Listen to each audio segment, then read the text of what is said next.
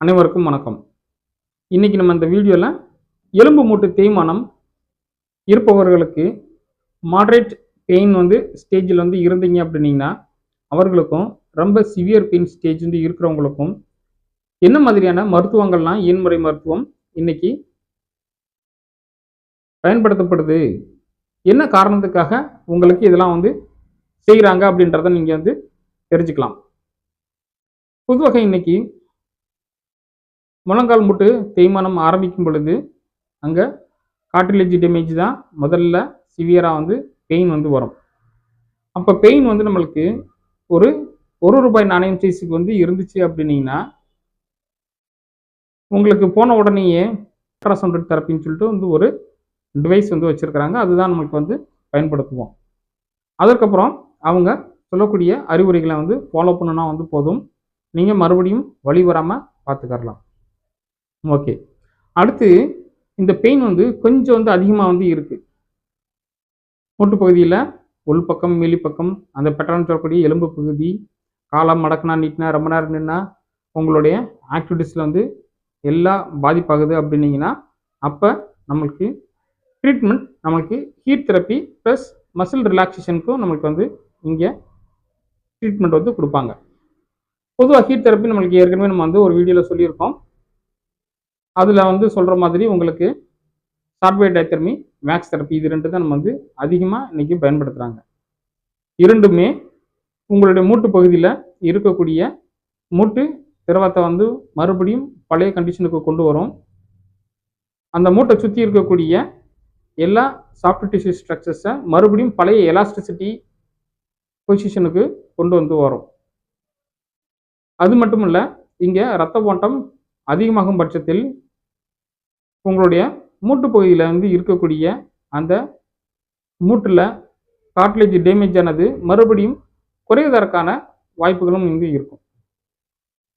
அடுத்தது இங்கே மூட்டு தேய்மானம் ரொம்ப சிவியராக இருக்குது.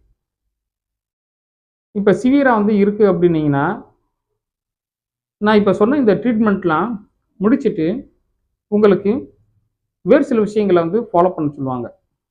என்னென்ன இன்னைக்கு அதை தொடர்ந்து ஃபாலோ பண்ணாத பல பேருக்கு தெரியும். ஒரு 4 நாட்களுக்கு 5 நாட்களுக்கு அந்த விஷயத்தில் நம்ம ஒரு சின்ன மிஸ்டேக் பண்ணணும் அப்படின்னீங்கன்னா மறுபடியும் மூட்டில் பெயின் வரும். உங்களுக்கு முதல்ல என்னென்ன செய்யக்கூடாது அப்படின்றத நமக்கு தெரிஞ்சுக்கணும். ஏன்னா நம்மளுக்கு மூட்டு தேய்மானம் எதனால் ஏற்படுதுன்னு சொல்லிட்டு அதற்குரிய காரணங்களையும் நம்ம கண்டிப்பாக தெரிஞ்சுக்கணும். ஏன்னா பொதுவாக இன்முறை மருத்துவத்தில் இந்த நோய் பாதிப்பின் விளைவுகளை விட நோய் பாதிப்பு எதனால் ஏற்பட்டுச்சு அப்படின்றதுக்கு தான் முக்கியத்துவம் கொடுப்பாங்க. முதல் விஷயம், இந்த கால்களில் முழங்காலில் குருத்தெலும்பு எதனால் அடிபட்டு வலி வந்தது அப்படின்றத நமக்கு தெரிஞ்சுக்கணும்.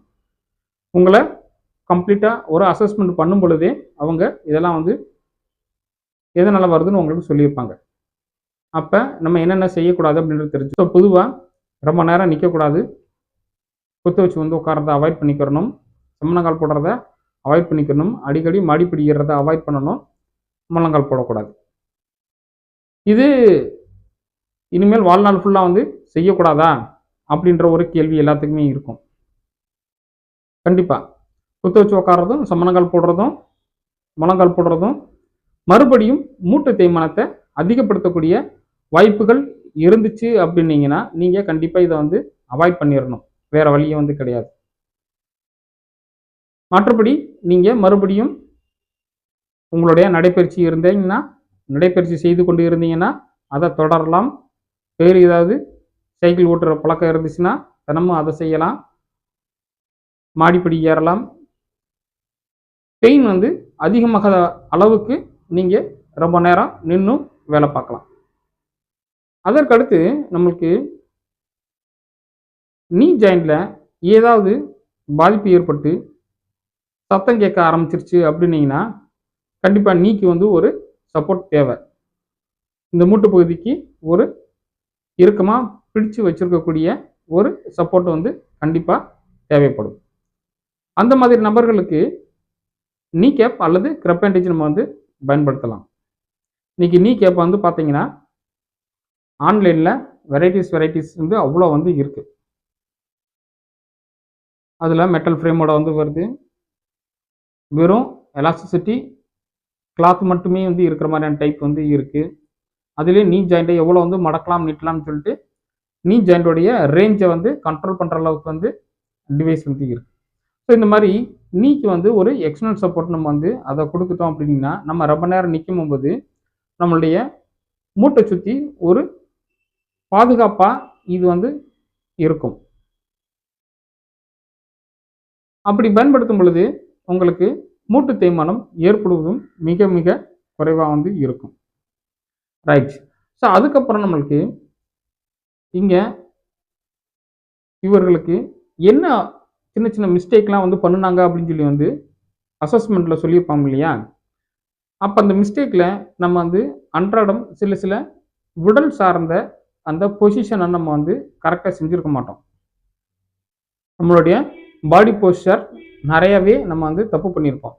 இம்ப்ராப்பர் போஸ்டர் வருவதற்கான வாய்ப்புகள் நிறையா இருந்திருக்கும். ஏன்னா நம்ம அன்றாடம் செய்யக்கூடிய வேலைகளில் அவ்வளோ இம்ப்ராப்பர் போஸ்டரில் நம்ம வந்து நிறையா மிஸ்டேக் வந்து பண்ணிக்கிட்டே தான் வந்து இருக்கும். அப்போ இவங்களுக்கு முழங்கால் மூட்டு தேய்மானம் எதனால் வந்துச்சு அப்படின்னு அசஸ் பண்ணும் பொழுது அவங்க ஒரு அப்நார்மல் போஸ்டரில் இருந்திருப்பாங்க. பொதுவாக இந்த மாதிரி இருக்கிறவங்களுக்கு நான் ஏற்கனவே சொன்ன இந்த positions squatting, cross leg sitting, kneeling, prolong standing இதெல்லாம் வந்து இவங்களுக்கு வந்து இருந்துச்சுன்னா அதை ஆல்டர் பண்ணுவாங்க. இல்லாட்டினா வந்து கம்ப்ளீட்டாக ஸ்டாப் பண்ண நிப்பாட்டி சொல்லிடுவாங்க. ரைட். அதுக்கப்புறம் ஒரு சிலர் ஒன் லெக் ஸ்டாண்டிங் வந்து நிறையா வந்து இருக்கும். நிற்கும்போதே வந்து பார்த்திங்கன்னா வந்து ஒத்த காலில் தான் அதிகமான வந்து வெயிட் வந்து கொடுத்து நிற்பாங்க. ஏன்னா இன்றைக்கி நம்மளுடைய பழக்க வழக்கங்கள் நிறைய மாறி போகும் பொழுது இது நம்மளுக்கு வந்து அதிகமாக நாம் உணர்றது கிடையாது. ஸோ அந்த மாதிரி ஒரு லெக் ஸ்டாண்டிங் வந்து பார்த்திங்கன்னா வந்து ஒன் லெக் ஸ்டாண்டிங் இருந்துச்சு அப்படின்னீங்கன்னா அதை ஈக்குவலாக நம்ம வந்து எப்படி வந்து நிற்கிறது அப்படின்னு சொல்லிட்டு காலை வந்து எந்த பொசிஷன் வைக்கிறது அப்படின்றத உங்களுக்கு வந்து டீச் பண்ணுவாங்க. ஓகே. அடுத்தது நம்மளுடைய வாக்கிங் ஸ்டேட். ஏன்னா நம்ம வந்து நின்று வந்து ஒரு வேலை செய்கிறோம் அப்படின்னீங்கன்னா அதில் ஏதாவது மிஸ்டேக் நடந்துச்சு அப்படின்னீங்கன்னா அதை சரி பண்ணிடலாம். இப்போ நடக்கும் பொழுது பல பேருக்கு வந்து பார்த்தீங்கன்னா வாக்கிங் பேட்டர்ன் ரொம்ப டிஃப்ரெண்ட்டாக வந்து இருக்கும். சிலர் பாதத்தை வெளிப்பக்கம் வச்சு நடந்துகிட்டு இருப்பாங்க, சிலர் உள்பக்கம் வச்சு நடப்பாங்க, சிலர் முன்னங்கால அதிகமாக உண்டுவாங்க, சிலர் பின்னங்கால அதிகமாக. இது மாதிரி வந்து பார்த்தீங்கன்னா வந்து ஒவ்வொருத்தவங்களுக்கும் ஒவ்வொரு மாதிரியான வாக்கிங் ஸ்டைல் வந்து இருக்கும்.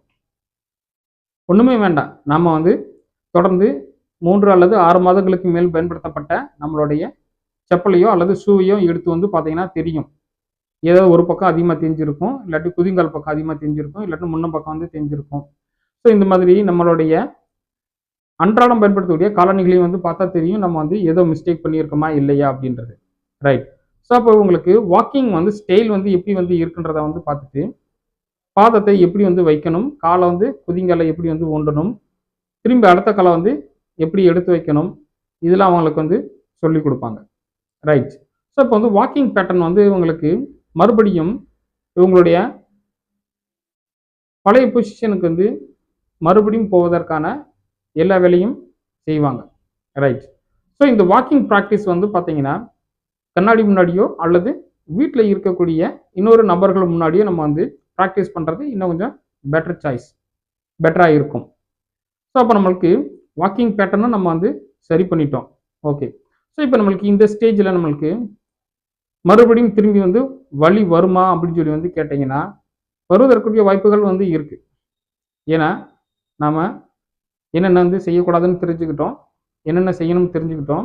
இதில் நம்மளுடைய தொடைப்பகுதிக்கு மற்றும் வேறு சில பயிற்சிகளுக்கும் வேறு சில தசைகளுக்கும் பயிற்சிகள் நம்ம வந்து கண்டிப்பாக வந்து செய்யணும். நாம் தொடைப்பகுதியில் அந்த குவாட்ரிசெப்ஸ்னு இருக்கக்கூடிய அந்த தசைக்கு தான் முக்கியமான பயிற்சிகள் கொடுக்கணும்.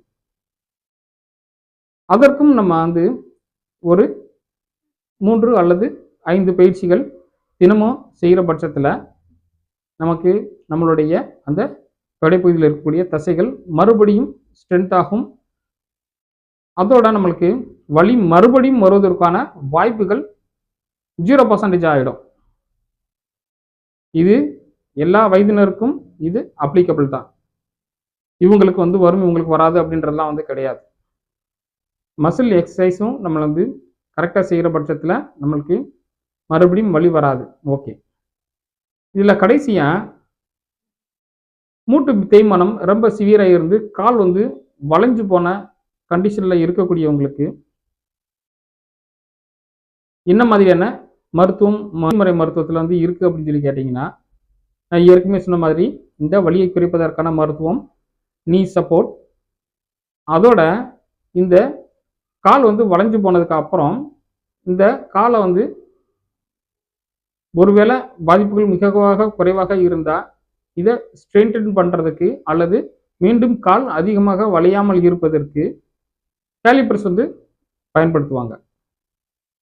இந்த கேலிப்பர்ஸ் வந்து நம்ம வந்து பயன்படுத்தும் பொழுது நம்மளுடைய கால்களில் வந்து அதிகமான வெயிட் பியரிங் வந்து இருப்பது குறைந்து இந்த கேலிப்பர் வழியாக வெயிட் பியரிங் நடக்கும். அப்படி செய்யும் பொழுது நம்மளுக்கு கால்கள் வளைவது அடுத்து கொஞ்சம் குறைவதற்கான வாய்ப்புகள் இருக்கும். ரைட், அதோட இவங்க வாக்கிங் பேட்டர்னையும் ப்ராப்பராக டீச் பண்ணுவாங்க. அப்படி செய்யும் பொழுது உங்களுக்கு இந்த எலும்பு வளைவது ரொம்ப சிவியராக வளையாமல் வந்து இருக்கும். ரைட், இது ஒரு வகை பிரச்சனை இருக்கிறவங்களுக்கு. இதுக்கு அடுத்து இந்த எலும்பு வந்து வளைந்து போய் காலை மடக்கி நீட்டும் போது கடக்கடக்குன்னு சத்தம் கேட்கும். இவங்களால வந்து பெட்டில் இருந்து எந்திரிச்சு அன்றாட வேலைகளை வந்து செய்வதில் பெரிய பெரிய பிரச்சனைகள் எல்லாம் அவங்க வந்து சந்திப்பாங்க. அந்த மாதிரி இருப்பவர்களுக்கு இங்கே மூட்டு மாற்று அறுவை சிகிச்சை தேவைப்படும் பட்சத்தில் அவங்க ஒரு எலும்பு மூட்டு மருத்துவ நிபுணர்கிட்ட போய் செஞ்சதுக்கு அப்புறம் இன்முறை மருத்துவத்தை தொடர வேண்டிய கட்டாயம் இருக்கும். அப்போ அந்த மாதிரி சமயத்தில் அறுவை சிகிச்சை முடிந்து குறிப்பிட்ட சில இடைவெளிகளுக்கு அப்புறம் இயன்முறை மருத்துவம் நான் ஏற்கனவே சொன்ன மாதிரியான பயிற்சிகள் என்னென்ன செய்யணும், என்னென்ன செய்யக்கூடாது, இவங்களுடைய வாக்கிங் பேட்டர்ன் வந்து எப்படி வந்து இருக்குது, எல்லாமே நம்மளுக்கு வந்து ப்ராப்பராக உங்களுக்கு இயன்முறை மருத்துவர் சொல்லிக் கொடுப்பாங்க. அதை நம்ம வந்து ஃபாலோ பண்ணணும். முழங்கால் மூட்டு அறுவை சிகிச்சையை பற்றி நம்ம இன்னொரு வீடியோவில் இன்னும் விரிவாக நம்ம வந்து பார்க்கலாம். அப்போ நம்மளுக்கு மூட்டு வலின்னு வந்துச்சுன்னா வலியை குறைப்பதோடு மட்டுமல்லாமல் இந்த மூட்டுக்கு தேவையான அனைத்து மருத்துவமும் நீங்கள் ஃபிசியோதெரப்பி மூலமாக தொடர் மாதிரியான ஒரு விஷயம்தான் இருக்கும்.